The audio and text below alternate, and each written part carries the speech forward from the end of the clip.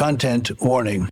The opinions, theories, and wild guesses expressed on this show are purely those of your hosts and any guests who may or may not be entirely misinformed. These opinions are not those of Radio Blue Mountains or its affiliates. The topics discussed are entirely unfounded and for entertainment purposes only. Enjoy the show, and let's make Radio Blue Mountains great again. All a simulation. Pentagon whistleblower has exposed a secret UFO program. He suddenly turned it into like a sort of dragon alien creature with huge black eyes. Was to back engineer the alien craft. You know, if you don't think you've been indoctrinated. The food pyramid was a scam. Bang, that flash of the two eyes, and then... You're listening to Stranger Than Fiction on Radio Blue Mountains 89.1 FM with Kirby D and Mr. Steele. Australia is the main testing ground along with New Zealand. Yes, we're back again. We are as surprised as you are. We persevere. Trov, welcome. Lovely to be here, Kerbmeister. Yes, so much to discuss, as per usual, in this crazy world that we live. Oh, my goodness. It's a wild planet, isn't it? Yeah, we did. In the drizzling rain, we hit the streets yesterday. Did we know? Was it yesterday? Yes. Yeah, man. Seems like longer, but it was yesterday. And the question, it's the question that drives us now, was on the streets, what was the question again? Do you think... It was a statement, then a question. So it was, the government is telling us not to panic about the fuel situation. Right. Yeah. What do you think? Which I think was a good way to approach it, because it kind of... it sort of framed it. When you just bang a question in people's faces, often they're not that ready, you know what I mean? They're just that kind of couple of milliseconds to get orientated might be what we need. But we were definitely asking something that is very much in the forefront of people's minds. And I think that's the other lesson to learn. You want to get something that people have thought about in recent times, I think almost everyone would have thought about it today. On that day, they would have thought about it already. Do you know what I mean? So that's always a good subject. You're not going to be able to do that every time. Yes, exactly. Exactly. So it was interesting, actually, and I think it was it was tough in the morning. We thought we almost pulled the pin because the crowd weren't overly pumped, but we turned it around. We got sort of 14 or 15 good sort of cuts. And it was a nice, sort of balanced view. And I think, in this circumstance, not that other circumstances would indicate that the good people of Katoomba aren't right on the pulse, but I thought it was a very nice cross-section of what people are thinking out there. Interesting where people go with the question, we had one chap sort of say, well, we've got to be very careful of the right-wing media in this country fueling the flames of division. I thought that was a very interesting response. We had one lady say, it's all a plan for 15-minute cities. Yeah. Well, that got a comment laughing about, isn't Katoomba more like a 10-minute city, I think that's. But, really, is that what you take from it? That kind of thing. Yeah. Well, look, I think, given me a microphone out of the blue, that's probably where I would have gone, But I think I share that sentiment. A negative comment about is a positive thing, I think, because the people that write negative comments are writing negative comments every time. So it means that it's stuck in their head, and it means they reacted to it.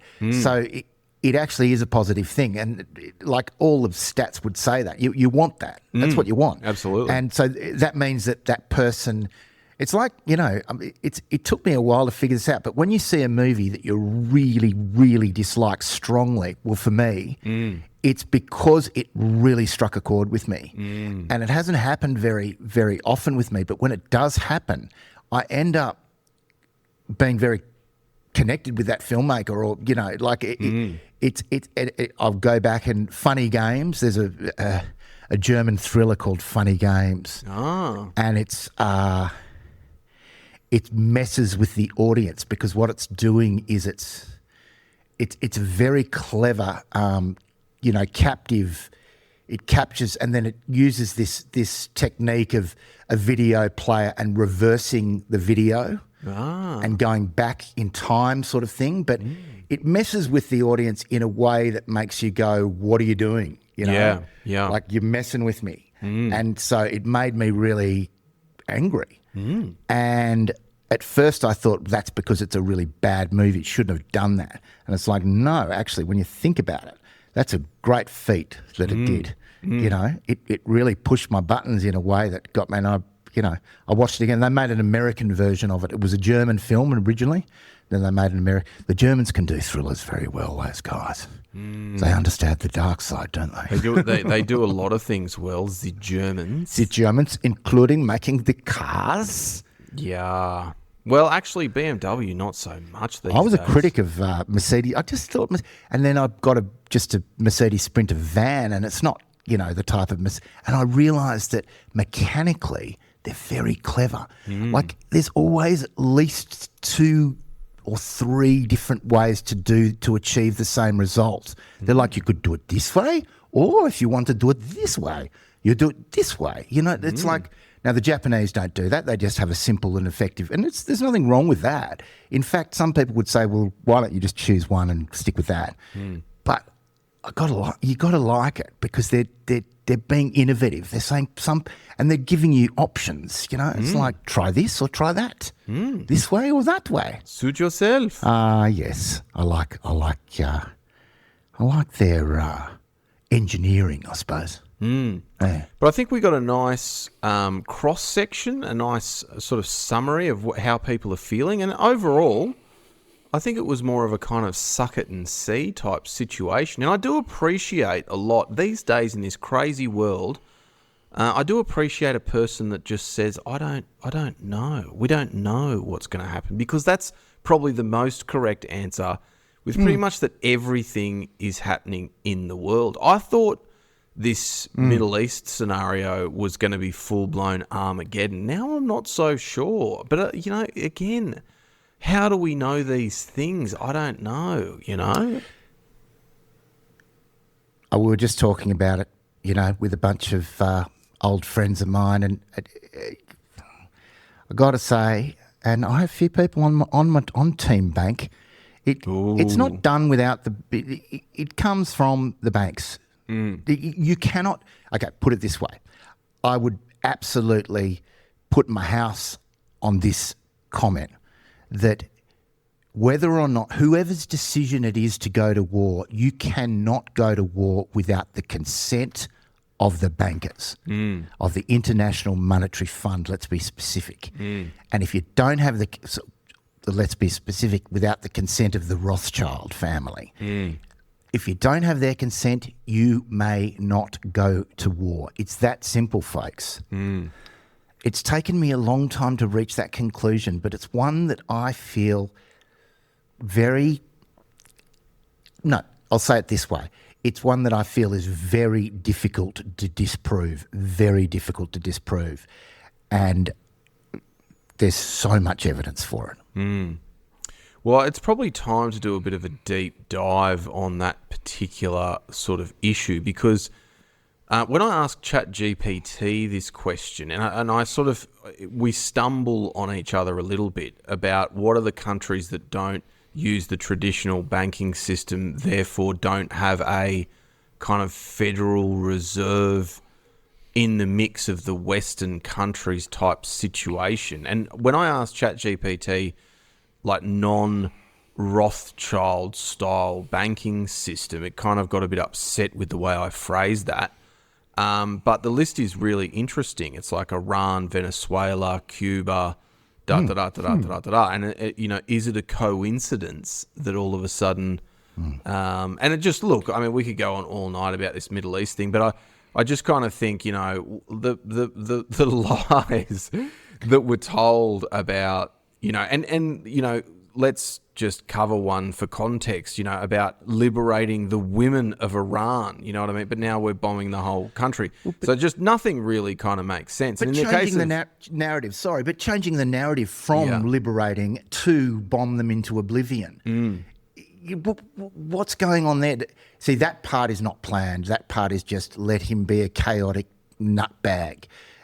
But I think it's allowing that. I think they're allowing this chaotic element of Trump to really shine through. It's like they're just going, have a field day, mate, do what you like. They're not trying to rein him in. And it's because he is again, this isn't something I'm so sure of, but this is something I have a strong intuitive feeling about, is that I've heard from a number of sources, and most of them slightly esoteric, that he is the bringer of chaos. He's like the trickster, and it's his job to do that. And it's part of the unfolding of the esoteric state of the world, this sort of conflict between good and evil. And so what Trump's doing is he's quickening the pace of the end of empire. And I got to say, and most people from the esoteric perspective, this is a good thing.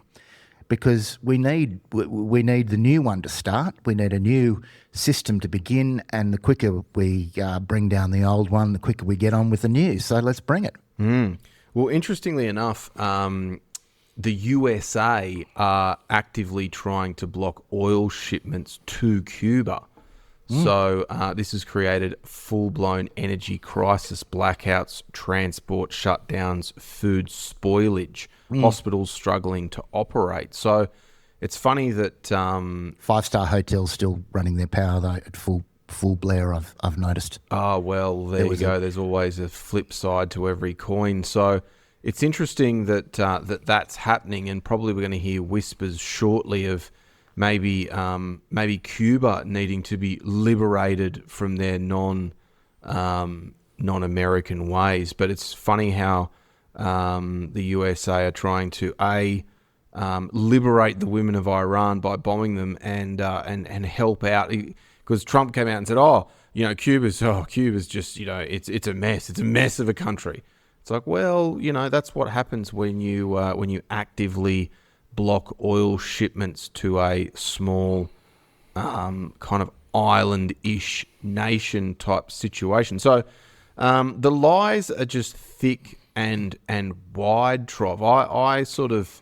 I'm coming out of a bit of a, I don't know, what do you call it? A bit of a sort of quagmire of emotions around this conflict, because I just can't it just gets, like, it really, upsets me that they can just get away with just making things up and just lying and just, but you can't live there forever, Trov. You got to just stay positive, and just see where this all goes. Because at the moment, I've got, a select half a dozen of creators that I love to listen to. But man, it's just non-stop. I need a break. Like we almost need something else to happen that's interesting. This is my hope. My hope is that Iran, I think there's a good chance of it. What they're wanting to do is rub Trump's nose in it with his ridiculous comments of we've already won, which he's been saying for so long, at the same time as sending thousands more troops over there. I've seen a really good couple of comedy bits about it. It is beyond funny. It's ridiculous. It's absurd. It's beyond absurd. It's just so nuts. No one's ever done, we know that people lie in war, but they don't lie in the way a 4-year-old child lies with his face full of bubble gum saying he's never touched the bubble gum. You know what I mean? It's that. It's exactly that scale of nonsense. And it's so wild. But my feeling is, or my hope is, because I don't really have much to back it up, my hope is that what Iran's doing is just saying, mate, we decide when it's over. We can go for a lot longer and we can make you suffer, because we understand that. They've never not known what to do. They've never seemed to be lost in this battle. They've always come at it. And if they said, we didn't bring it on, but we're prepared for it. And this is what we're going to do. And Hamas, and the straight, and we know how to bring down suffering for what is being done, for the suffering being done caused to us.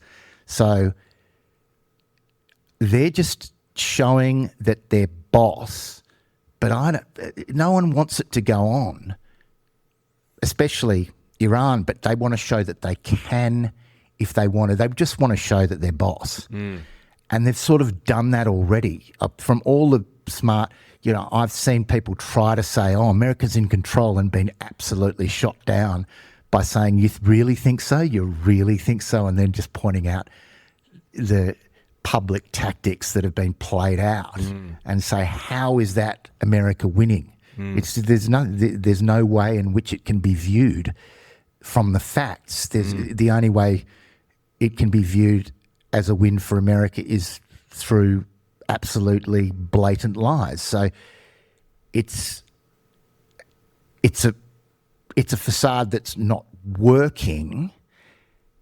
And was it ever going to work? Probably not. I mean, the idea that he says that it's a nuclear threat when he says he got rid of that, it's just such obvious narrative that's not going to stand up to even the slightest scrutiny. And that's the part that I agree. I find it unsettling because normally I can just be fascinated in things and be pretty relaxed about it. I am starting to feel, though, that it's going to be okay, that Iran's in an okay position and they just want to show the world that they can really make things bad. And then they can be, because then America's never going to say, well done, Iran, for turning it around and making things better and freeing up the oil and letting things get back to normal. America's never going to say that, but the rest of the world will. So if Iran plays their cards well, they could be praised by the rest of the world for kind of being graceful almost, if they do what I hope they will do and kind of say, provided you do this, this, this and this, and don't ask for too much, but ask for enough to make America look at the very least a bit sheepish.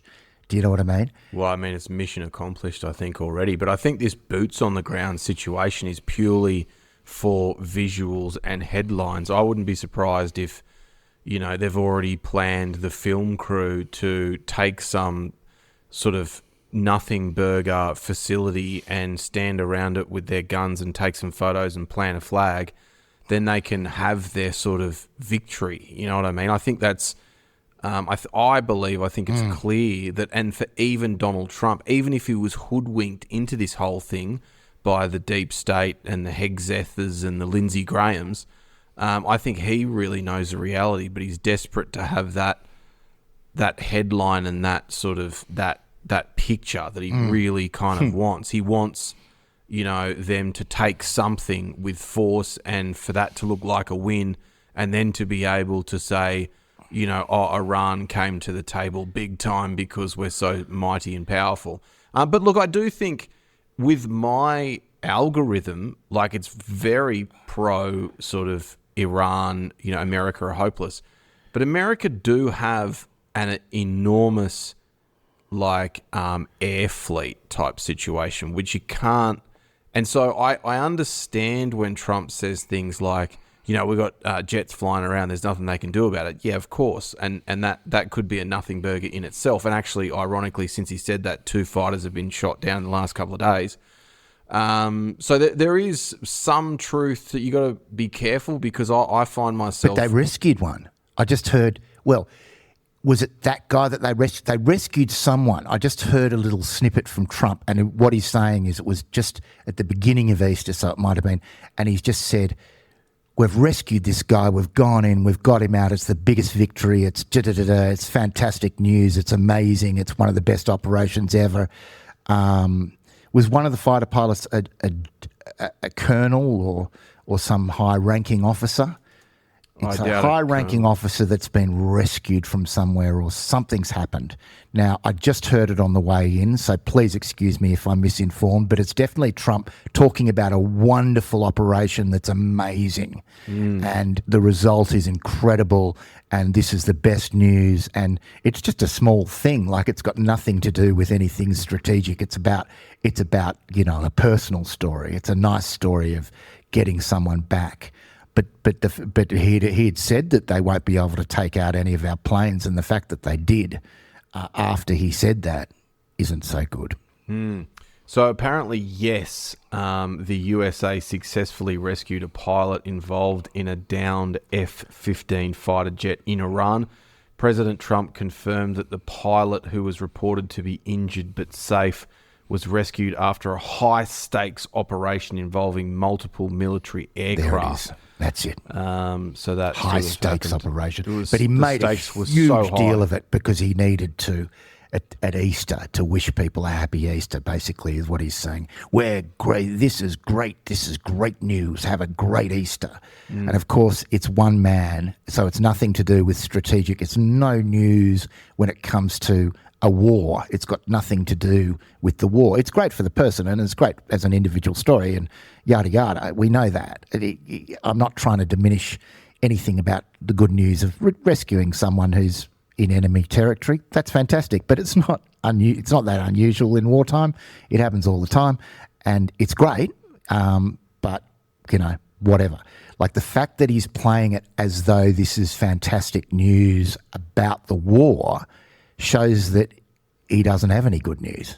Do you know what I mean? Because really, that's not what it's about. It's not about saving one man after his plane's been shot down. I mean, great, but think about that. If you get a plane shot down and then you spend, probably millions of dollars saving someone, is that a win or is that a lose? Strategically, it's a lose. For the man, it's a win. For one individual, it's a wonderful win. As far as war goes, the plane got shot down and they had to spend millions bloody rescuing the bloke. So I am using a new AI. It's Venice AI, because ChatGPT is absolutely doing my head in. I'm arguing with it. It's basically, I don't know. It's turned on you, mate. It's turned on you. It's too sucky all the time. Just give me the information. You're a tool. Give me the good stuff. So, would you like to know? Right. I've asked the new AI that's less bias, right? A lot less bias and a lot less sucky. Well, that's what they say, and I found it to be a little bit better. So I've said, what's the most likely outcome of this Iran conflict, right? So based on the search results, the most likely outcome of the Iran conflict is a protracted war of attrition rather than a quick resolution or regime collapse. Several key factors suggest this trajectory. So number one is Iran's strategic approach. Iranian leaders appeared to be calculating... Iranian leaders appear to be calculating that their country has greater capacity to absorb casualties and economic pain than the United States or Gulf countries. They intend to maintain asymmetric capabilities to inflict pain on opponents while keeping energy prices high, believing this will allow Iran to ultimately determine the end of the conflict. So, Trov, you're very correct in your little synopsis. Number two, limited effectiveness of airstrikes. Despite the unprecedented intensity of the military campaign that included the assassination of Supreme Leader El Khamenei, full Iranian capitulation remains unlikely. Hardline elements within the IRGC are currently dominating decision-making, and airstrikes alone cannot topple the government. 3. Regional escalation. The conflict has already expanded beyond Iran's borders, with Iranian-backed groups like the Houthis and the Hezbollah coordinating attacks on Israel. Iran has also targeted US military facilities across multiple Gulf states. 4. Economic pressure. The conflict has created severe energy supply shocks globally, with Europe facing stagflation and Gulf states experiencing economic catastrophe. Tourism in the UAE and Qatar has suffered dramatically, and major sporting events have been cancelled. 5. And final, domestic factors. The attacks occurred when the Iranian regime were already weakened by extensive protests motivated by economic struggles and infrastructure problems. However, despite these challenges, unified opposition to the regime has been largely absent, and security forces have remained loyal.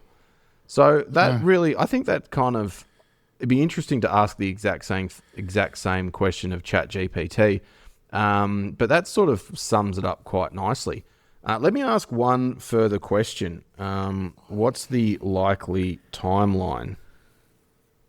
Now, if you're not an AI extraordinaire, basically it's indexing the internet, right? So what's on the internet, it's kind of filtering through and finding something, right? Yeah, let's be clear, though. We're not saying... we're just saying... It's not predicting the future. No, it's talking about likelihoods based on human opinions more than likelihoods based on fact in a way.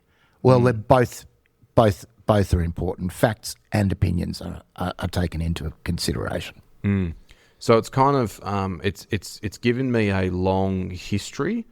Post-war developments, late 2025, early 2026. We can skip that.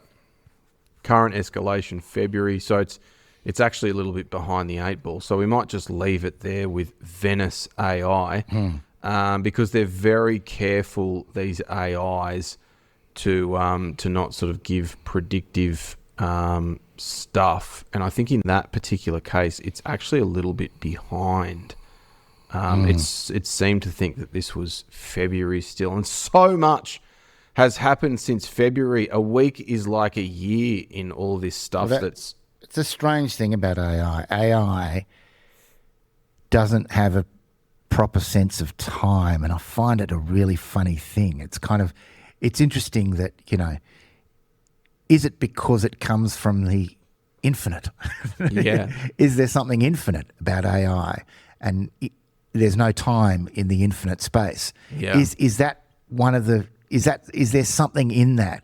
And again, I'm just talking from an intuitive thing. But there's something about it that it doesn't think of time in the way a human does. Now, why does a human think of time? Because we decay. We're biological entities that get older, and so we age, and so time is important in that respect. For a computer, time has no meaning.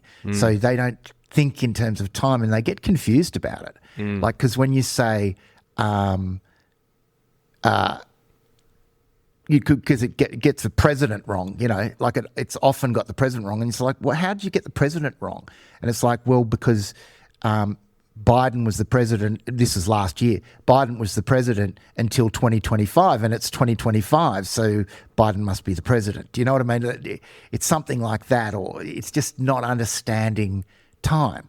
Yeah. And if you like leave a chat, which I did, I've got all these separate chats with certain topics, and I came back to one, and the last exchange we had was 4 months ago or something, and I sort of got back into the chat, and then it's just picked it up it didn't think that there was a time delay whatsoever. It's interesting. There's a guy on the internet who kind of pokes fun at AI, and they actually showed, so one of his pranks he did to AI was he said, "Oh, can you time me? I'm going to run a mile and then come back, and you can tell me how long. Is that within your capabilities to do that?" And it said, "Oh yeah, absolutely. Yeah, you just tell me when to start, and I'll time it. That's totally what I can do."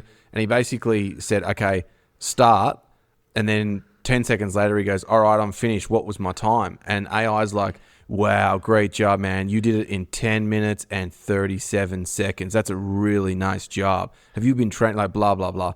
And they actually showed that clip to Sam Altman, the guy who owns and the founder of ChatGPT. And he said, "Oh, we're actually a year away from fixing that particular issue, the way it processes." A year away? Yeah.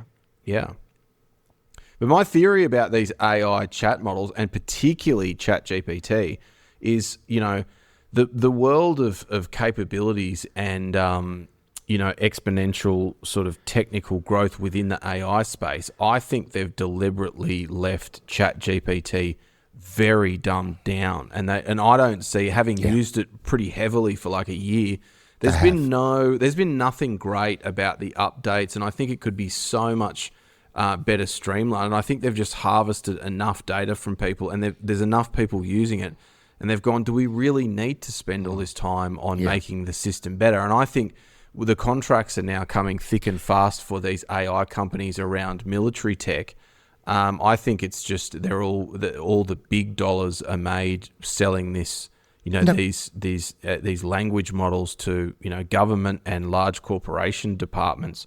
rather than actually the end users. Or are they, I mean, as well, not so much as opposing to your idea. I think there's a lot of truth in what you say, but I think a key motivation is that ChatGPT is the baseline. It's the one that, most people would, it's the entry level. It's the most common form of AI. So make sure that it's not souped up, so that people need to graduate to the paid one, to the more expensive ones, to the better ones. So make sure it's not as good as. So, and I've just started doing that because I'm trying to teach myself AI, using AI. And I took the first step of that last night and it was really positive.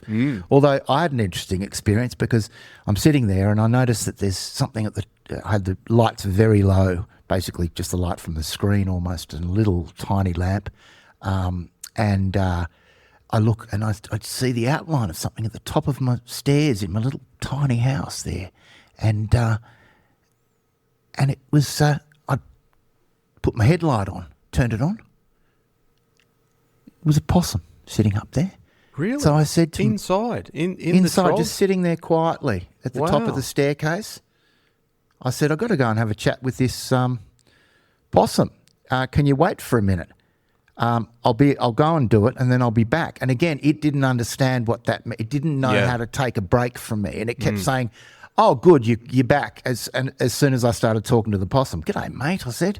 He said, "Oh, you're back." And I said, no, I'm talking to the possum. Wow, oh my God. Anyway, the possum didn't get freaked out. They're quite tame, these possums. I like possums. And he got up from the little well at the top of the stairs and he jumped across my bed and out the window, which is at roof level. So then he skipped across the roof and jumped onto the tree. Well, you did a lot better than me because I would panic, run around screaming and things possums. like that. Yeah, well, that's great. Well, you picked the right window, that possum, because my window would have been a catastrophe. Well, that would have been the one he came in on, I'd say. Yeah, well, he knew the way out. Got to be careful about that window from now on because he's decided, he's been coming, I've noticed a few times at night, I've just felt something looking at me and I've looked across and there's the possum staring at me through the window. So he's been familiarising himself and now he's decided to come in and check things out and just sitting at the top of my staircase while I'm at the bottom talking to my computer, as you do these days. It's not even a sign of madness, or is it? It mightn't be a sign of madness, it just might be the first step in the process towards madness. Very likely. So the next question, Trov, have you got any ideas? It was we had to have a coffee and really sort of mull over the previous question. We probably need to get the sort of creative juices flowing a little bit. I mean, my gut always goes to the controversial ones. I like questions that I love questions that are a little bit unsettling, but I think you've got to get a question that resonates very strongly with the public, that doesn't freak them out. Although you can go to these, if there's an issue that's right front and centre, then you want to go to it. But you just got to find a good way to approach it. And what I just want to say about, and you can watch those on TikTok. They're there right now. So if you go to stranger.thanfiction on TikTok, the most recent one that we put there is... How are the views looking, Trov? How's the retention curve? Well, I don't know about that. I don't think we need to bore people with those sort of details, but it's popular. It's a bit more popular than... It's our... probably going to be our most popular, I think, by the speed at which it's growing. Yeah, it would, because we only just put it up this afternoon and it's already very close to number one. So out of 5 that we've done in the last... So we're very fresh off the boat, as they say. But, it's got a bit of traction. It's a bit shorter and it's a bit punchier. It's a nice edit from you there, Curbster. Mm-hmm. Thanks, nice mate. snappy edit. You've got to keep it snappy. Yeah, that's what we need.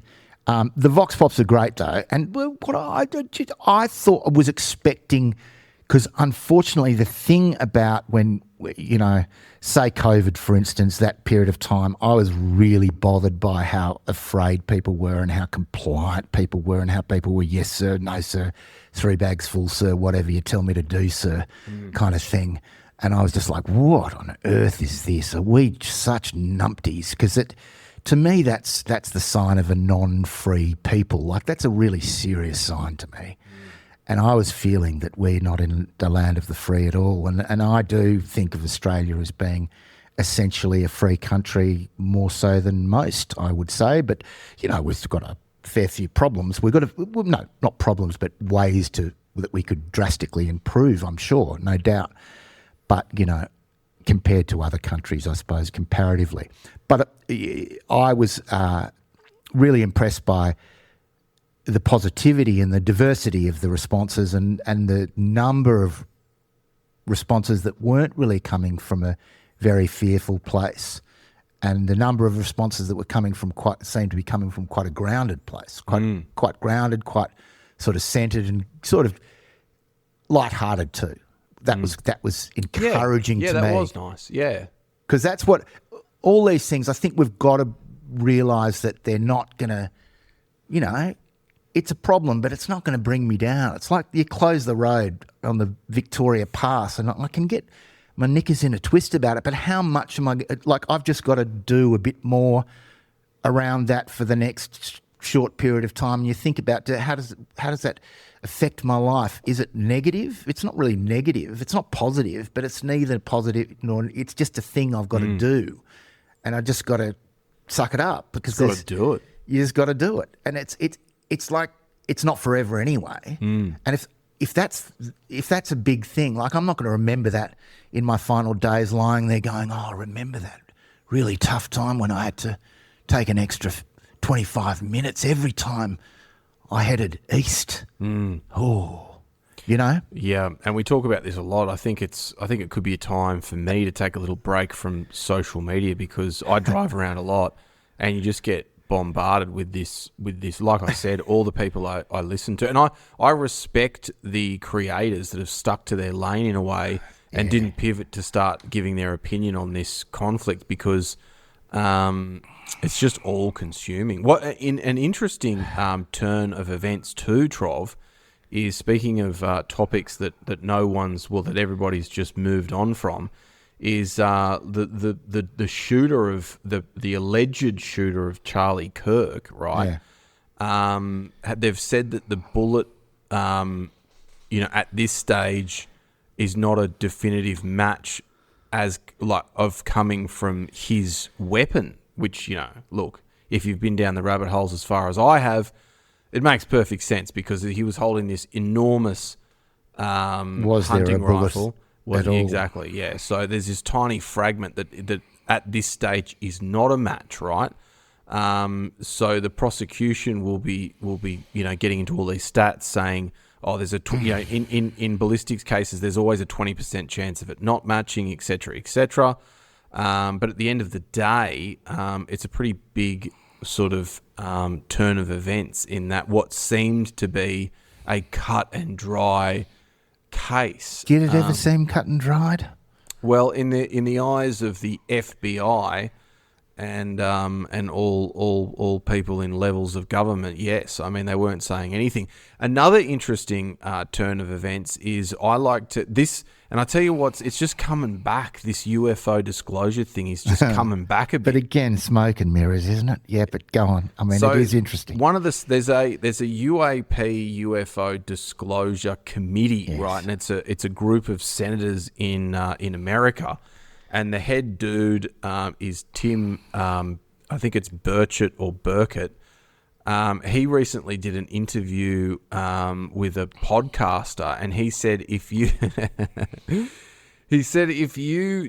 was read into this one particular incident that happened two weeks ago, and he said if the American public knew what was contained in this briefing, it would unglue the fabric of society. We would 100% lose our minds. And he said, but I believe the American people can handle it, and they just have to start coming out with this stuff, right? And interestingly enough, and I'm starting to really wonder about our friend Joe Rogan. I think he is 100% co-opted, because his latest interview was with our mate Bob Lazar again. Bob is back. And he's basically put together with a guy called Luigi a documentary, and they've used a combination of AI and what do they used to call AI before it was AI, CGI, to recreate his experience at Area 51. Yeah, Area 50. It was south of Area 51, and they got right into it again. And Bob Lazar Joe Rogan even went back to Bob Lazar and said, you said something once about, bodies being referred to as containers, right? Soul containers. Soul containers, yeah. So they started to sort of briefly talk about that. And Bob Lazar said, I think he's so credible. He just doesn't go anywhere. He doesn't speculate on anything. He just says in cold, hard facts what happened to him. And Joe Rogan was kind of pushing him a bit, trying to get a bit of, well, what do you think about this? What do you think about it? He goes, I don't know. I just don't know. I don't know what's going on. But he did allude, and they did have a conversation around the truth of the UFO, UAP thing being potentially, so, dark and jolting to the people. And they sort of brushed around the topic of us, which I love. I love it so much, of us just definitely not being at the top of the food chain. And what if we are like an ant farm to them, and we are on this planet with their good graces? And I honestly, I've talked about this a lot before. We've rolled around in aliens a fair bit, but that's the conclusion that I think. I mean, it's top secret stuff. Fully compartmentalize all these little departments in the USA, the deconstructing the aircraft and yeah, I mean, I reckon that's a massive watch this space. There's so much stuff that's happened in the last 5 years, 6 years, around all types of things. Yeah. But I heard a really interesting perspective on that recently from a young lass who has it was called Down the Rabbit Hole podcast, and Communion, is that what it's called? Communion? Anyway, she was saying they did a scientific study into all the people experiences of anomalous incidents when they've come across either a UFO or alien technology, and how it's affected their life. And the statistics amongst all the public are overwhelmingly that it increased their kind of spirituality, it increased their sort of the depth of meaning in their life, it increased their kind of ability to believe in a higher power, it increased their kind of spirituality. So it kind of deepened their connection in a way. Is overall, there were people with bad experiences and there were people with good experiences, but overall, it had a positive effect on people. And that's what this study said. And she was saying in her experience, that's true. With her, she talks to as many people as she can from all spectrums of the stories. She just wants to talk to the ones who have the most interesting stories. And she's not attracted to them because it's positive or negative. It's because it had a strong effect on them. That's what she's driven by.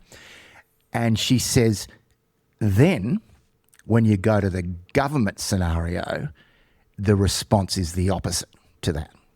Right. So when the governments are talking about it, it's all about bad. It's all not about consciousness expanding. There's none of that. It's all this more they're leeches, or they're sucking from us, or they're a menace, or they're a threat, or it's all that sort of stuff. And she's just saying the public compared to the government, they're just they're not the same thing. They're not talking about the same thing, and yet they purport to be talking about the same thing. So one of them's not lying. Well, one of them is an organised body and the other is not.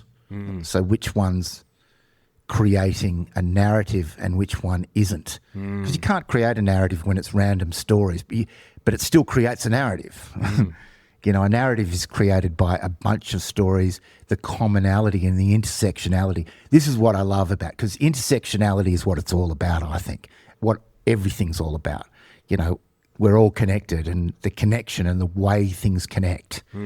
And the UFO story, because it's not yet a narrative that has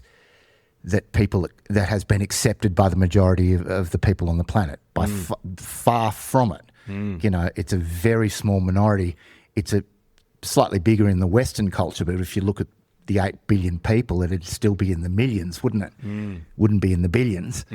And yet it's this narrative that has so many data points now, especially with the internet, and, you know, so many data points. I mean, think about someone like, you know, Jacques Vallée. He's got tens of thousands, one man, and then there's so many like him. Yeah. And so from the public point of view, most people's experience are positive and kind of mind expanding, or seem to be. And then from the government point of view, most of the experiences seem to be troubling, but potentially threatening the national security, and something that it could be demonic. You know, and you hear someone like Tucker Carlson. I really do feel like he may have been. I have a lot of respect for the integrity of Tucker Carlson, but maybe he's been co-opted in a way that he absolutely believed, because he's talking about what he's been told by very high government officials, really, and he's been sold a narrative that's a very dark narrative, and very much about biblical, demonic, all this. Sure. And I don't think that's correct. I don't think that's a correct narrative. There may be dark elements to it. I don't know. In fact, I'd be very surprised if there weren't some dark elements to it, because, you know, you can't have one without the other in a way. You got to have all full spectrum. But I think ultimately these are a force for good, especially with the fact that the evidence for them stopping nuclear bombs, or, you know, there's a lot of evidence for that, huge amount. You know, the number of people on ships that have been shut down, or the nuclear capabilities at a time of crisis. Anyway, I mean, I guess the point I'm making is, I think that the difference between the narrative that the government is projecting, which seems to be very caught up into a very dark element, and I think Rogan gets that as well, projects that as well, and then the public one, and these other people that are talking more about the sort of interdimensional aspect of it, I think they seem to be almost like they're talking about two different narratives. Well, exactly. So Bob Lazar said two interesting things. The first thing is he said what you had to be careful of on the base, and what he sort of picked up on, was that you would get told very weird and wonderful information, and part of that was deliberate misinformation to see if that started coming up in reports everywhere. So he said the containers thing, the container of souls, you know, scenario could have been what me and Barry, his lab mate, were being told, to see if that surfaced somewhere. So, but just explain that term a bit. Like, what exactly is he saying about the soul container? What is he saying? Well, so they also talked about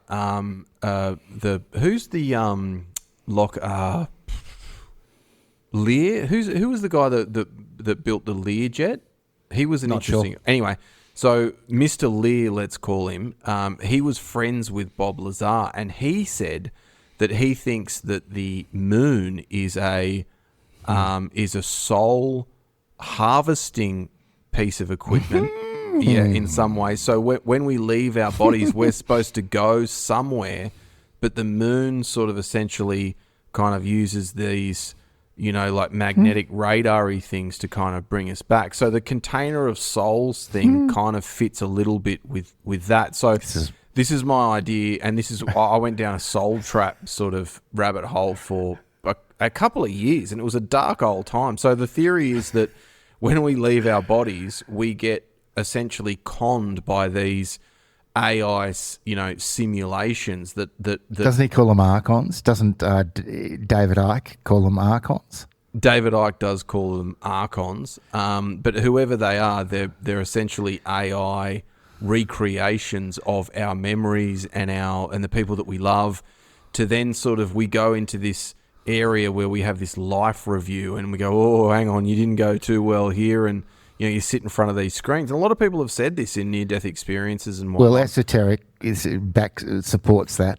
Yeah, and then bang, down you go because your mission is not quite complete, and maybe you'll have a better, shot at the next time. You know what I mean? But why is that a negative thing? Like, that doesn't seem either positive or negative. If that's the way things work, you just go back and you do it again. Aren't you doing it again and again until you get it right? Isn't it like that? Yeah, but then you go through a mind wipe, right? And then so what kind of a stitch up is that, right? Because remembering is part of the deal. You've got to try to remember. That's what it's all about.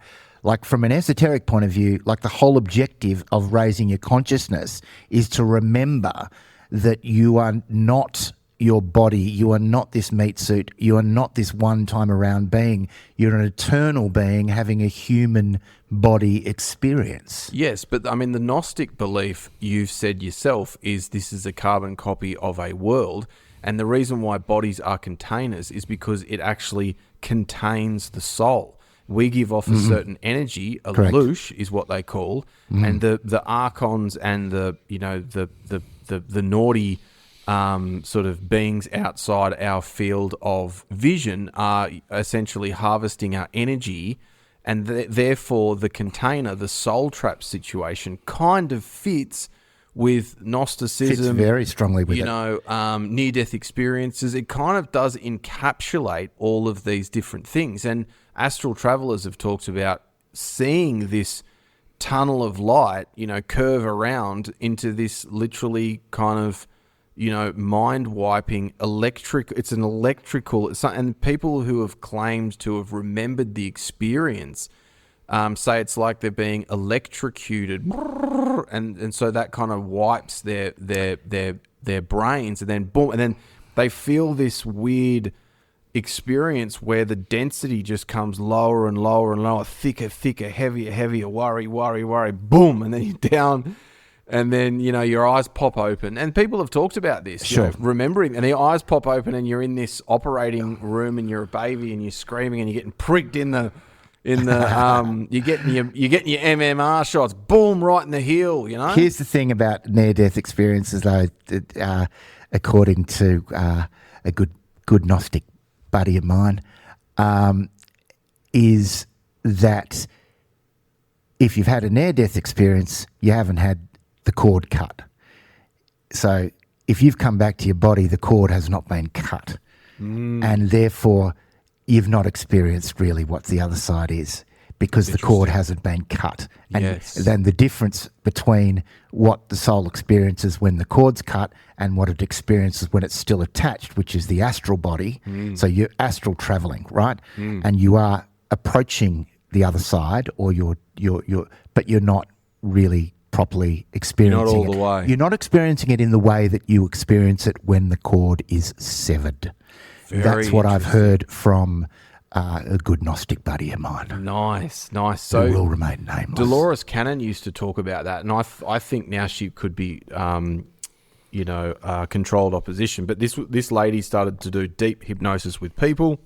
They experienced past lives. Check her out. It's very interesting. Even if it's all completely fake, it is fascinating information.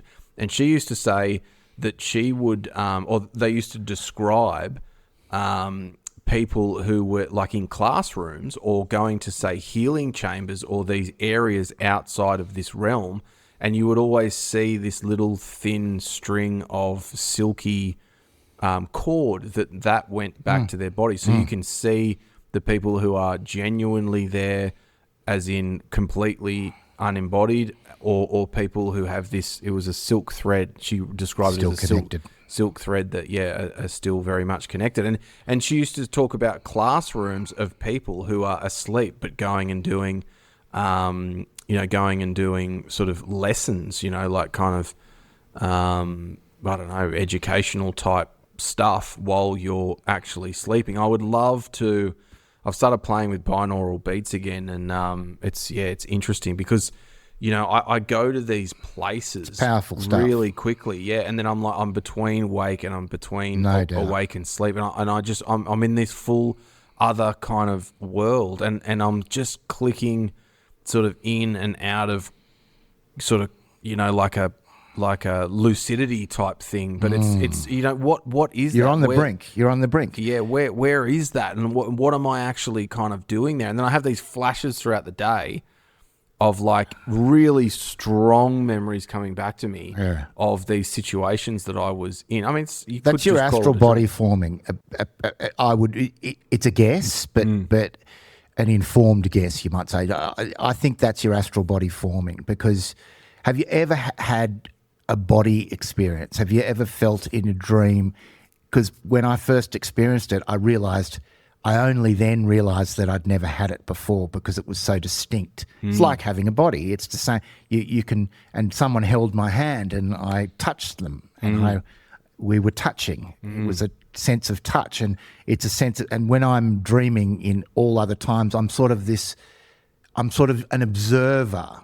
I'm an observer, but I'm a disembodied observer. No, I definitely have a lot of in-body dreams, like driving a car, and then I become lucid, and then like floor it because I know that I'm feel your I'm driving with my hands. Yeah. And I jumped over at one time. I was in a dream and I became lucid, and I jumped over the rail of this. We're in this, I don't know, it was some sort of industrial facility quite high off the ground. I just dived straight over the rails. Like I get too excited to explore the lucidity because I wake up and the excitement wakes me up, and I'm like, fire, and I'm lucid dreaming. And then I just want to fly. I just want to fly all the time, just fly. Boom. That's my next sort of thing. And sometimes I float for a bit and go, what's going on? And then I can feel myself, I try, and then I wake up and then I can feel my body tense, like trying to fly, which is really sort of odd. But my point, what I was getting at, is actually more so that I think everyone does it when they, like, let's play with something here, right? I think everybody does it when they sleep. It's just a matter of whether, of that connection in your little brain, wherever that is, joining the kind of consciousness to the unconsciousness. I just feel like we are out and about. And I've said many times to my wife, I feel exhausted from what I was doing in the dream. You know what I mean? Like I feel like I've been battling. I know that. I know demons, that feeling. Man. The feeling that I know that the most from is after I've done a few of those 10-day meditation. You've done one too at Vipassana here in Blackheath in the Blue Mountains, and after a couple of days, not last time, but most times after a couple of days, I'll have the most intense dreams that are exhausting, and they're so filled with sight and sound as well, like and really galactic sort of sound, like it's world formation stuff. It's like the world is creating in front of me, and everything's happening, and it's like rendering. Everything's rendering all around me and unbuilding. He did it quite well in that movie.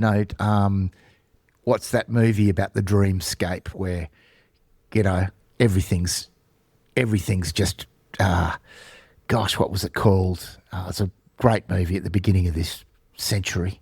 and I'll think of it in a second. Big film. Anyway, it's this idea of everything rendering in front of you, and it's exhausting. It feels like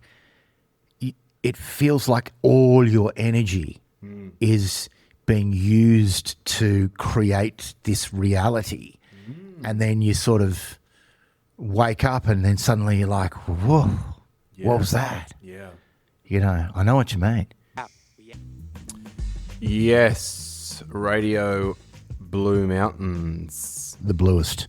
The bluest of the mountains. The bluest mountains of all time, really. I reckon we've got to be up Best there. radio show on the best radio station, and that's in my very humble opinion. Yeah, lucky you. So the text line, let's see if we actually get a text from a human being, is 0406183769. Go on, text us. Even if you're Go not, on. even if you're not a human, go ahead and text us. Yeah, you don't have to be human to text here. You just you don't need thumbs. You could text with your tentacles if you Give us an like. If you've idea. got a good tentacle texting style, get in there. Yeah, give us an idea for our next question to the people on the streets, because we asked the alien question and it didn't really go.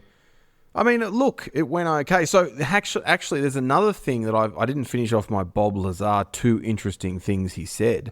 The second interesting thing that he said was people, he goes, I think people are making sense of this thing that's happening by relating it to movies. Like, let's take Star Trek, for example. And what happens is people think, okay, well, there's planets where aliens live, and then they sort of interact with other planets, and some of them look like this. From that planet, they look like that, and from another planet, they look like this, and they're the good ones. These guys can be a bit bad, and you got to be careful of those ones. And he said, I just don't think it's like that at all. That's one thing that I can say with certainty. Well, he goes, look, no one knows anything, da-da-da-da. But he said that's one thing that I He do thinks not they're think. humanoids, or? No, well, I think what he's saying is it's I'm creating like the way I interpreted what he was saying is it's all interdimensional stuff. It's not like aliens coming from another world and visiting us, and then they go back to another world, and then they interact with another world. They've been here for a while now. Yeah, there are different densities, and I do think that health and all that stuff is all about frequency, really. When we why do we have these massive healing sessions with these psychedelics and it's just vibration, and you're like, and everything's wonderful. I just think that and I've sort of felt my intuition recently saying you gotta start working on your vibes, Curbs. You gotta get your vibes up, and that's as simple as walking in nature and taking your shoes off and stuff, right? I came to with the plant medicine. I came to just making this sound. Will I give you the sound? Yeah, like I can't. It's a very low vibrational sound, and it felt like I was an instrument being played. That sounds wild. Being strummed. But I had no sense that I was making that noise. It was that noise was somehow coming through me, and I can tell you the lightness that I felt because I kept doing it for about half an hour. I'm just breathing in and then doing this big sort of whatever it is, and sort of singing this note, but in a very low pitch. That the Tibetan monks do that. So it's a vibrational thing that you do to kind of get your vibe on. There's nothing like a bit of vibrational goodness, though, is there? It works. It's all about as you know from the binaural beats, there's something in the binaural beats, and people even. It's interesting. it's a bit more convincing when it comes from someone who really doesn't like, not Bob Lazar, what's the other guy? Dr. Stephen Greer. Stephen Greer. And I heard someone quite recently saying, I'm not a big fan of Dr. Stephen Greer, but there's no doubt that when you play these particular sound waves on his CE5, he's got this method of getting together with a group of people and meditating and listening to this frequency vibrational stuff, and that'll increase your chance of having an encounter with a interdimensional being. And there's no doubt that it's worked for a lot of people. Definitely. Because people on this website, I've downloaded the app and I can't find anyone in the immediate vicinity around, or I mightn't have figured out how to use it properly. I haven't spent that much time on it, to be quite honest. It's a bit tickety-tackety. It's not that great an interface. But anyway, it's apparently worked for quite a few people, and I think it's quite fascinating. I'd love to have a go. I mean, Joe Dispenza, who does the, he's come under a lot of flack recently for his outlandish claims. But basically, what he does is he gets a bunch of people in, and I want to do it. It's one of my sort of bucket list things to do is go to a Joe Dispenza seminar. So you basically sit in a room, whether it be 3 or 7 days, and you kind of just like he has these guided meditations. Everyone does it together. And there's miraculous healings, and because I just think he's just raising the vibes of the room. And when he describes it, when the heart, brain, and body just gets into coherence, and when the guy next to you gets into coherence, there's a knock-on effect to the guy next to him. Then all of a sudden, there's just this sort of, this whirlwind of kind of good vibes. And he has discussed, and I've seen a few clips of him talking about these beings showing up in his workshops. And then the all of a sudden, I haven't been able to find them again, whether they were deliberately taken down or whatever. But I do think that it's all about the vibes, and I think that's because he healed himself. He healed himself, and he's come across other people. Like I've heard very good.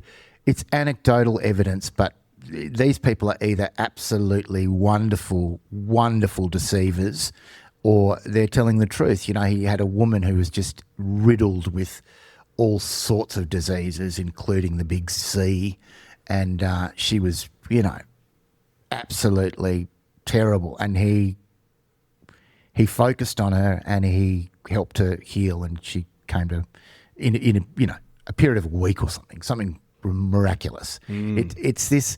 It does feel a bit like this evangelical, hands-on.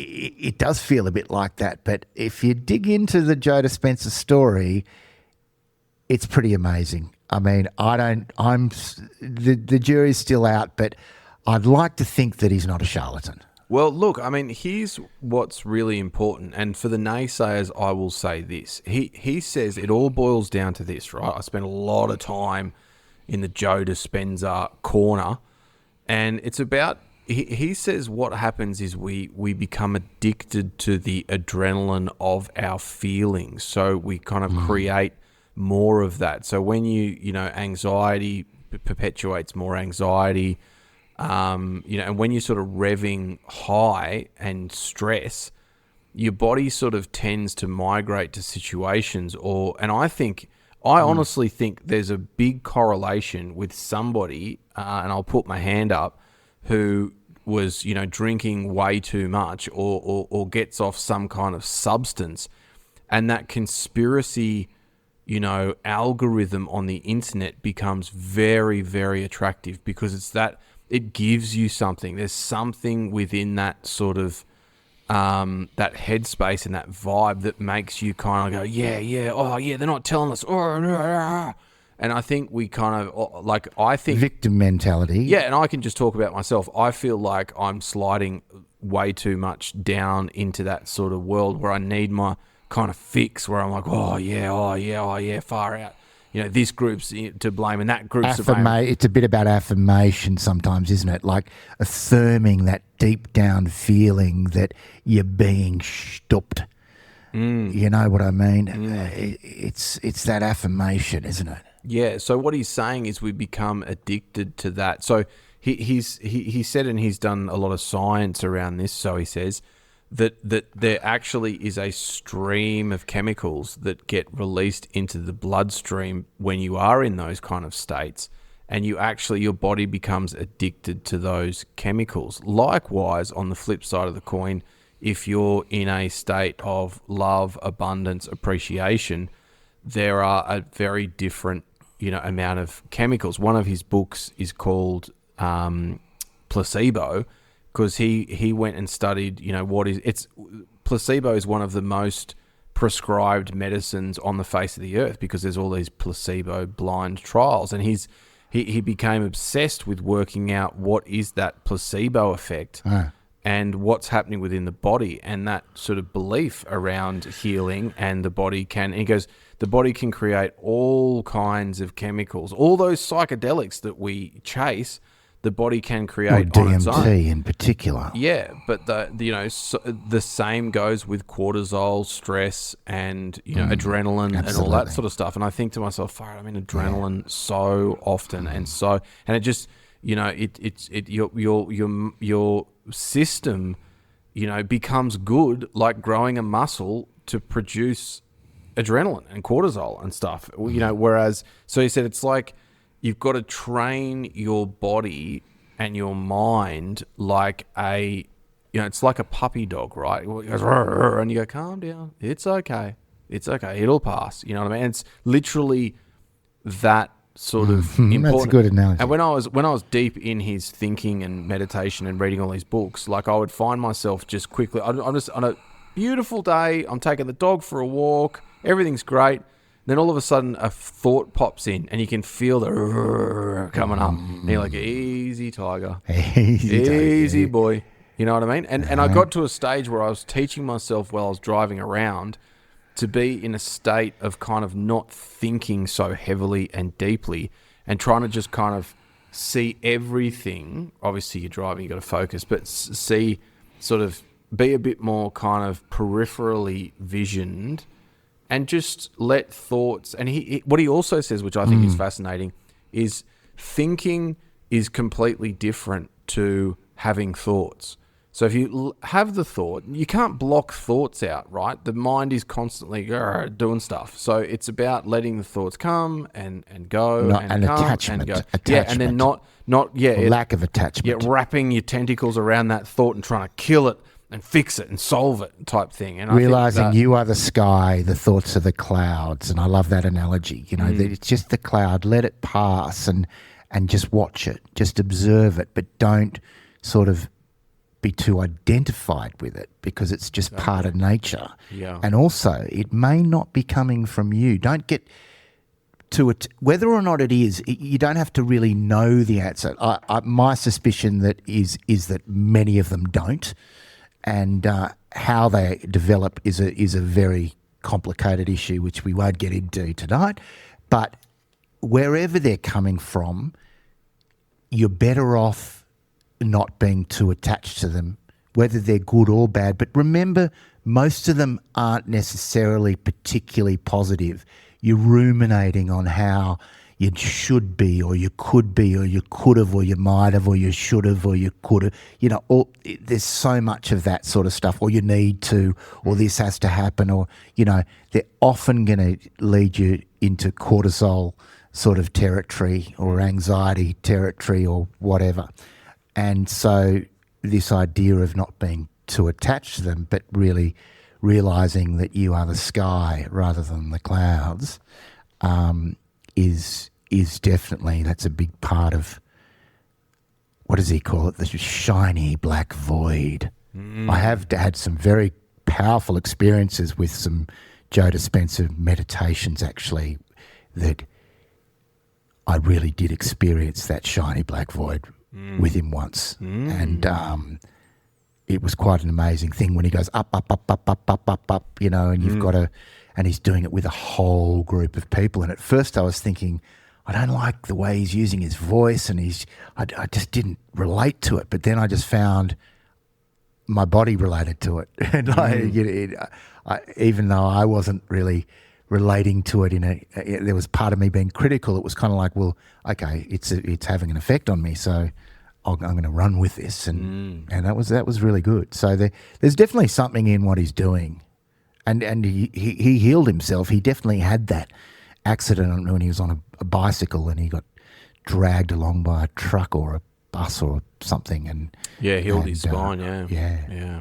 So interesting stuff. But again, he has beings turn up at his seminars, and I think maybe when I watch the documentary of Stephen Greer's, he holds retreats and they get together, and something is just a bit funny about that, because he does these, like, he talks in tongues and has these altars and stuff. There's something and then very... they all meditate together, and then all of a sudden, these lights in the sky all sort of come over, and people have, allegedly had experiences where they hang out with, aliens for, the evening. Hey, I mean, this show is called Stranger Than Fiction, and they've had these really profound experiences. They've learnt about themselves and all this kind of stuff. So, is it about, and you made the comment that maybe these interdimensional beings are trying to help us.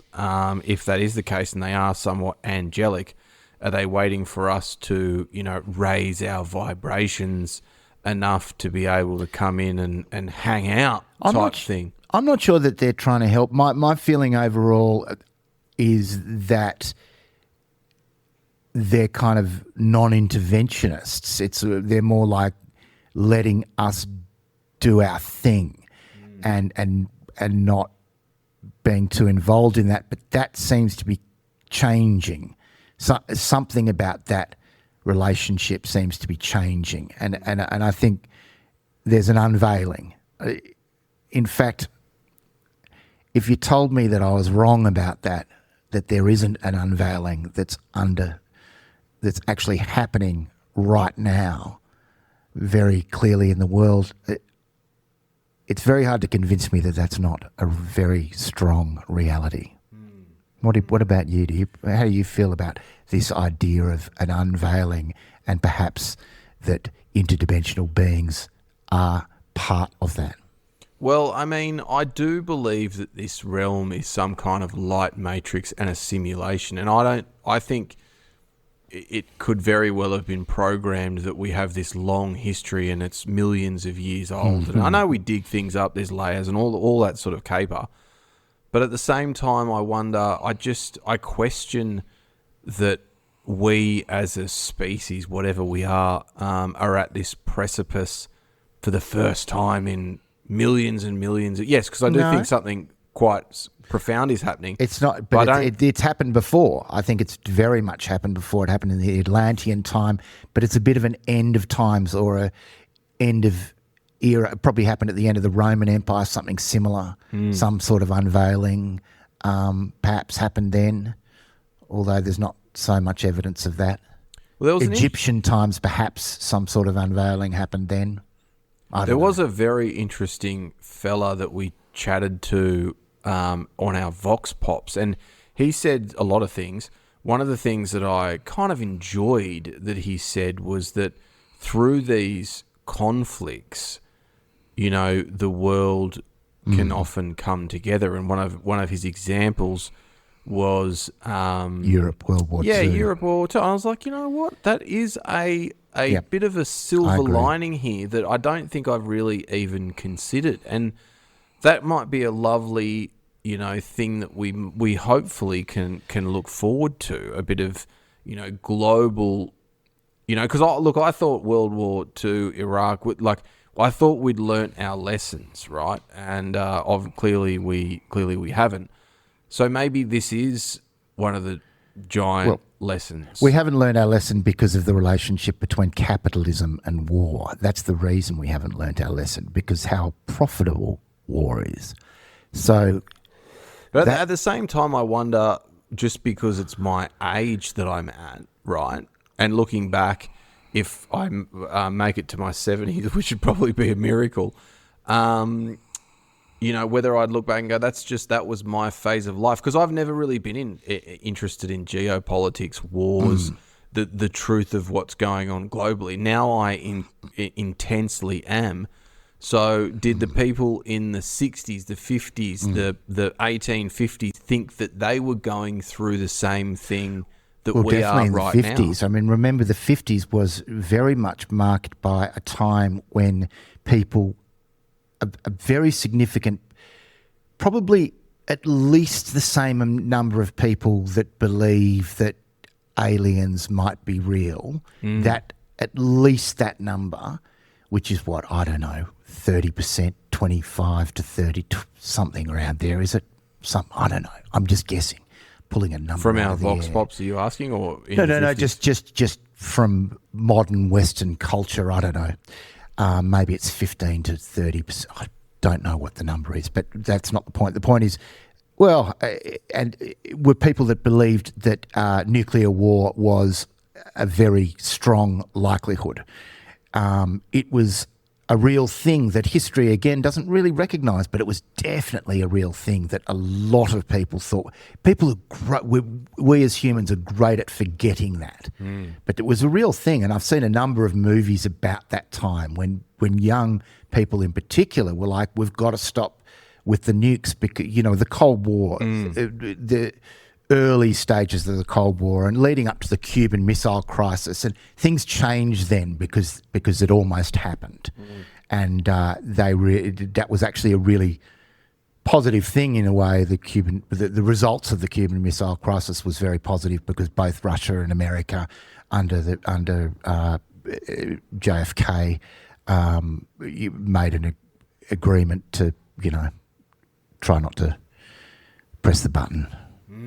But they very closely did. So we are good at coming close, and we are good at brushing up against the brink. But one of the things that it resonates strongest with me about the Gnostic view is this very strong connection with the Tao, the Taoist concept of the yin yang, and you can't have one without the other. So anytime you look at anything that's negative, there is an equal and opposite positive to it. So that's the same as it's just anything that's negative. So it's like there's no such thing as bad on its own or wickedness on its own, because what makes people do good things, and that's exactly the example that he uses about the unity of Europe post World War II was an amazing thing. And the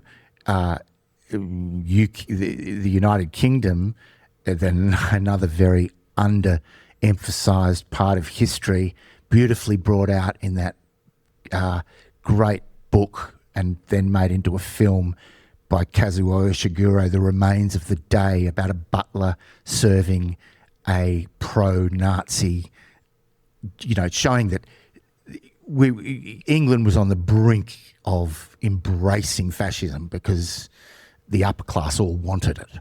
Well, not all of them, but the vast majority, including royalty. Wow. Check it out. Do your own research.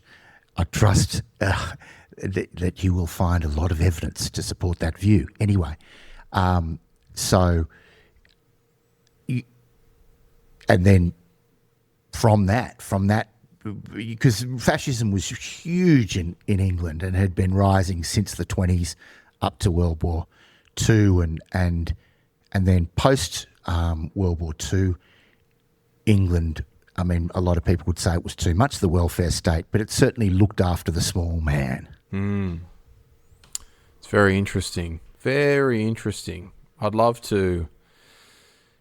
I can appreciate... I used to think that history was one of the most boring topics on the face of the earth, but geez, I could very easily just disappear into a library of properly well done, history books and really study up. I think the wisest people on the planet are very aware of sort of history. And what I find fascinating, and I probably shouldn't bring it up, is this colonial situation with, these colonizing sort of countries. It's just very something odd there, and I think I'd love to dig into that a little bit as well, because since when did there was this kind of I mean, what Britain were doing with their, convicts and the founding of Australia and all that. There's some dark stuff in there, but at the same time, they're always, we are, we're the royals and we do everything right.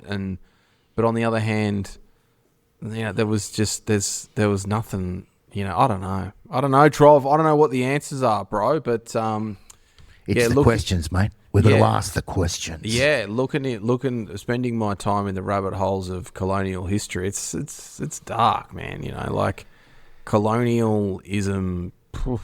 Well, I just heard a guy talking today about an area that so please excuse my ignorance here, but there's just so many layers to colonialism. And post-World War II, when America had realised they were the most powerful country on the planet for the first time, and they realised that petroleum was the most powerful commodity on the planet, they chopped up all the Arab states and gave them all powerful people. You run this. So it was a colonial operation. The whole of United Arab Emirates and all these countries, they gave them their leaders, but they just said, you're the leader and you're okay and you run and you look after your own people and you've got the freedom to do whatever you want. However, with these provisos, and that's how colonialism is. It's just these are the provisos. Those provisos are highly significant, but the people can still have a successful time within those parameters. But the ones who are the most successful are the ones creating those parameters. So it's like, it's the petrodollar. That was the main thing. So every transaction you make is in US dollars. You're selling everything to us, but everything you sell to anyone is in US dollars. And that's been happening since then. And we've come to the end of that because in 10 years' time, that won't be happening. That's a fact. Everyone's aware of that. And that's what is underlying all of the wars now is trying to hold on to that because that's what really represents the end of empire. As soon as the US dollar is not the main form of currency on the planet, we've moved on. That's the change. That's the moment. And that's already happened because that happened for the first time in 2022 between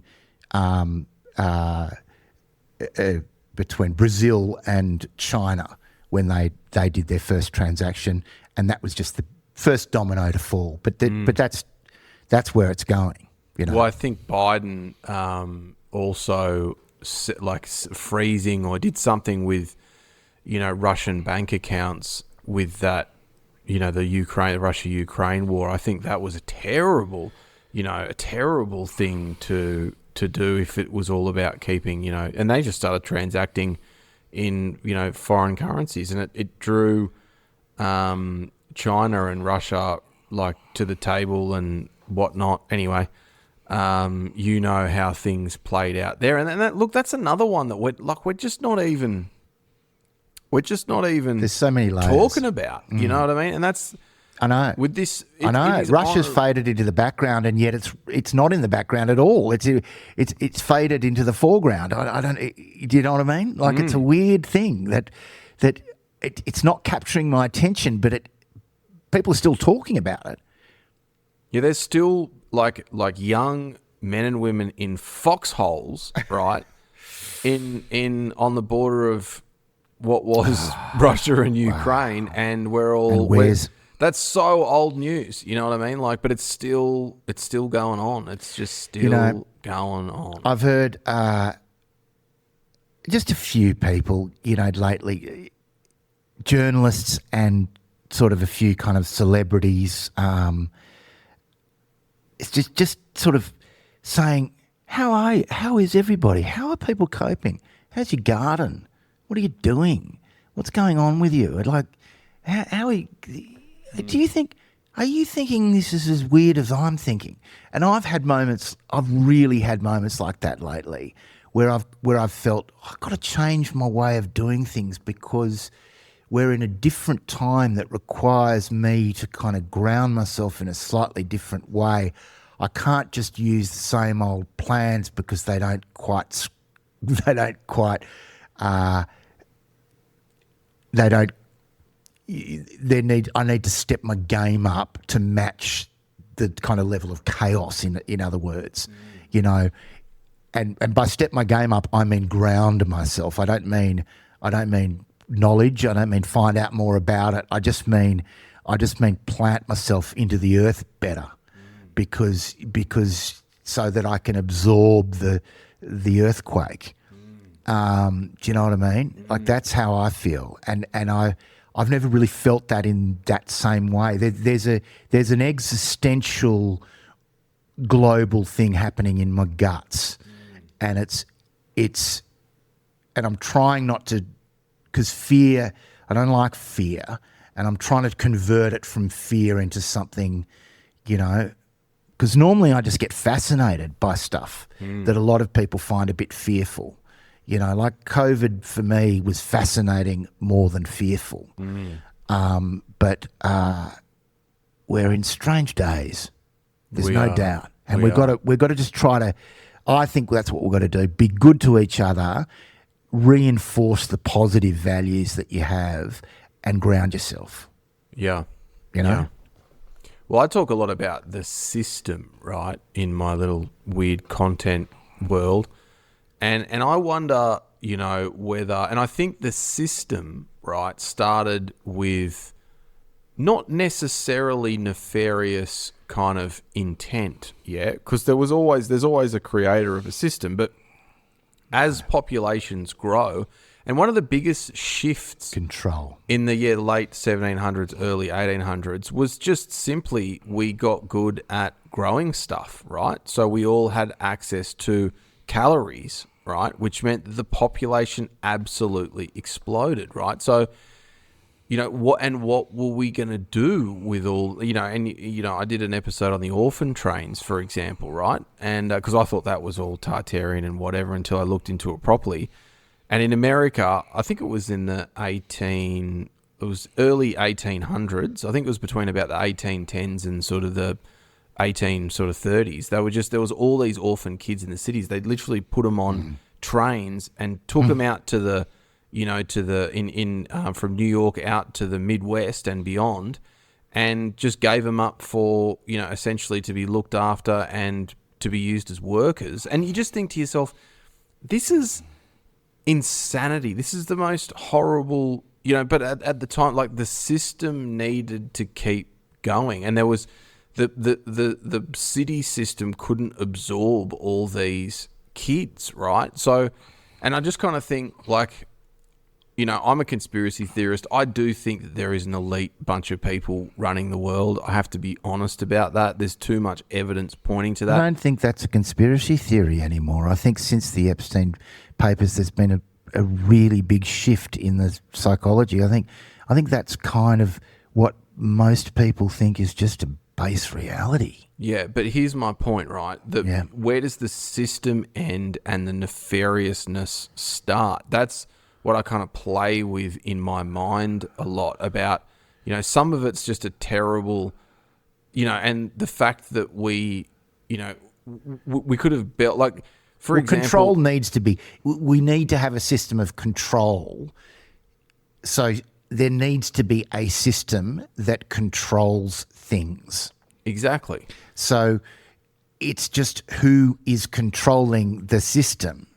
Well, that's it's not true the too. system, but then it's a bit of a feedback loop happening there. Exactly. So, and also this can be said about the internet, right? So I talk a lot. I had a post taken down. Mesmerize. What's the internet designed to do? In one word, this is the word that I kept coming back to. It's about mesmerize. Yeah, but hear me out, right? So Sure, I honestly do think, right, the internet would be dangerous had it not with zero moderation, like zero, right? I actually do think that would be dangerous for a lot of people, right? So I hate censorship, and, you know, you can say this, can't say that. And I think we've way overcorrected in one direction because it's become political. and the right people silence what No, they but don't you can't like. have you've got to have policies to control. You've got to have some, because otherwise you're letting. It's the same as making murder legal. You shouldn't have to have a law about killing people, but you kind of do because there's enough bad people that if you let them. I mean, the Wild West was the Wild West because there were no laws, and it was wild. Yeah, so it is a funny one to try, and because I think at the non-decision making level, it's so easy to just point upwards and start screaming and pointing your finger.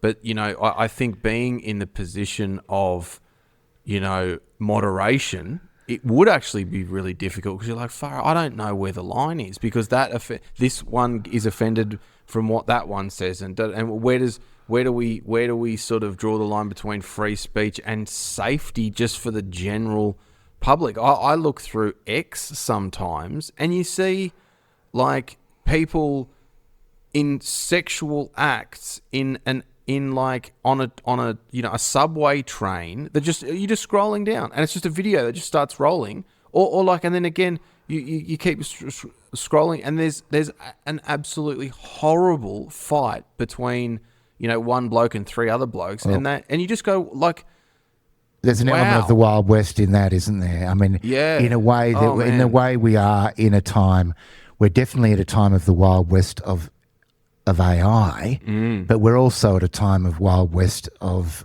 social media as well. In a way, because in a slightly different way, there is regulation and there is a lot of banning and a lot of shadow banning and a lot of controlling it or trying to control it, but then there's just too much content to do that with, and so it's so much slipping through and so much. There's no real overall plan that has any. They're trying to pretend they've got a grip on it, but no one really seems to properly have a grip, do they? Exactly. That's the feeling I get. Like that's what makes me feel like it's almost wilder than ever at the moment because and everyone's saying that they've let off the brakes about content. They've let off the brakes about, criticising Israel, for instance, and they've let off the brakes because there's a chaos element that I believe is coming from right at the very top. Absolutely. And I remember I had this really sobering moment when I was on this committee of a certain community organisation. And I thought to myself that we'd got something wrong or something. I can't remember what the exact scenario, but I was like, why would we tell the community that? We'd just make ourselves. Why would we advertise the fact that we got something so wrong? We'll just look like idiots. Because it was a pretty benign issue. They kind of could know or didn't know whatever. I'm like, why would we advertise that we muffed something up? So, and then I thought, hang on a minute, like what's the difference between me and the politicians that I'm screaming at and hating? Because it's kind of like I've crossed the line now. I have a say on what the sort of the organisation. You know what I mean? I was and I was like, I can see this being like a slippery slope. Actually, you know what I mean? Yes. And I was like, oh, okay. I'm going to be a little bit less critical of. The fact is, most evil in the world has been committed by people who are doing it to make the world a better place. Who genuinely believe that they are saving the world, doing something to make the world a better place. And when you dig into that, a lot of people would disagree with that. But when you really look at it, it is coming from an altruist. Altruism is one of the most dangerous things in the world. And that's why that's a reason behind why a lot of people sympathise with the right wing more than the left, because the left wing can be so darn altruistic, and we saw the danger of that in the COVID. Like, it was just so dangerous, that idea of you can't and you shouldn't be allowed to even go to hospital if you haven't been on, like we can't have that. I remember hearing that coming from such a self-righteous place. Like, how dare you take up space in a hospital if you're unvaccinated, when you're taking up the space that could be someone who is a vaccinated person, and really meaning it. And I mean, again, slippery slope. It's a very slippery slope, and that's again, you've got to be tolerant. This is a time of love thy neighbour. I think this is a time when, and I heard that from who's the lead singer of the Eurythmics? Wonderful woman.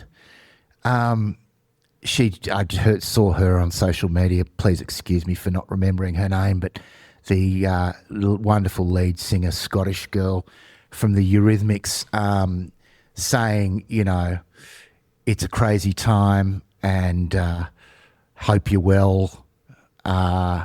We've got to drill into, she said, I'm no saint, but compared to these maniacs, I'm more than a saint. I'm a god, even though I'm a very flawed human. You know what I mean? Like, she's just pointing out, and she's saying, it's got to drill down and really, love thy neighbour, love thy enemy, thy enemy even. And she was like, yeah, I think so. As much as that is hard to swallow, that one, but that's what you got to do. And that's the thing about also getting back to the internet and the algorithms is the division and the arguments is what creates, virality now on the internet and that divisive opinion. And I think slowly but surely, and we're huge fans of Ian Carroll, for example, but listen to what he says now. Like, he has gone really right into it, and he does not hold back on his opinions, and you go, ooh, like, I think about what, for instance, the war, you mean? Yeah, and the let's just say main instigative countries of the war and who he believes are pulling the strings. He's following the evidence. Yeah, he is. But at the same time, I think he's also, I think when he's 40, 50 years of age, he might look back and go, oh, I might have sort of gone a little bit. I might have been sort of not necessarily hoodwinked. And yes, he's a great researcher. But I think it's very easy to just get into that vein of, throwing rocks at a certain country, political, party or whatever, and then that just becomes, and they're trying to find an equilibrium though, because I think what they're getting at is how they hadn't seen it before. That's what I was hearing Glenn Greenwald talking with that Danny fellow podcast, and that was a really good one. And Glenn Greenwald is a Jewish guy, but he's just, a lot of these people are saying, it's amazing because Israel's been only doing this. We've only realised Israel's been doing this for a couple of years. And Glenn Greenwald's going, you mean since it was formed? Like that was like it's been that same thing. It's just they've been the smoke and mirrors and the propaganda has been working really well up until recently. And the only reason it stopped working is because of the attention that happened to Gaza.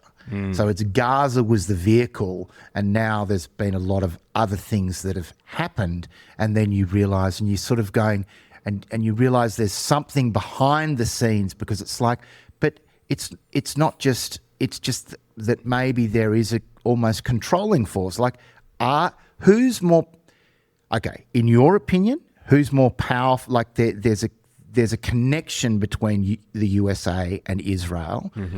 Who has the most powerful hand? Now, politically and everything, it should be very clearly the USA. Everyone should be able to say very clearly the USA. But in your opinion, and you don't seem to be too anti-Israel or too caught up in the whole thing, you're pointing out that Ian Carroll has a particularly extreme view. But who do you think has the stronger vote? If you had to say it was Israel or the USA in who's going to make the next move, or who can force the other person's hand, who has more strength, who has more persuasive ability? Oh, look, in your humble opinion. I do think, and herein lies the issue. I think that's, like, you're highlighting perfectly, I think, one of the issues, because I think the string pullers are above the presidents and above the nations. Right, so I would say it's all a circus and neither type thing, and there are people in rooms that we will never know their names that are the sort of instigators of these problems, actually, So, wouldn't it be... Sandra, that felt almost like sidestepping the question. No, I mean... Well, I mean... With the greatest respect. Coming down a level, I mean, I honestly don't know. And I wonder that a lot. I wonder if they've just got heaps of dirt on Trump and therefore he's sort of owned. Like, I wonder... but it does seem that Israel are sort of dictating to the American government what's going to happen and not happen. So I take your point, and I'd say, it seems like Israel are in the driver's seat. But at the same time, I think Israel are taking it for the team on this occasion for something far greater than that spreads beyond nations and politics and all that sort of stuff. And I think, one thing I'd like to just say is I really wonder at night time when I can't sleep what's actually going on in the world while this glorious destruction is happening. What little, plans are being rolled out or concocted or even, designed for us, to be like, we are so consumed right now, right? And we're so stressed about X, Y, Z. And I think, again, back to the banks, I think now, like, I've forgotten about cost of living and, Australia giving away our natural resources for the last couple of months, so there's all those. And look, podcasters and media, no one forgets, and we'll definitely get back to that stuff.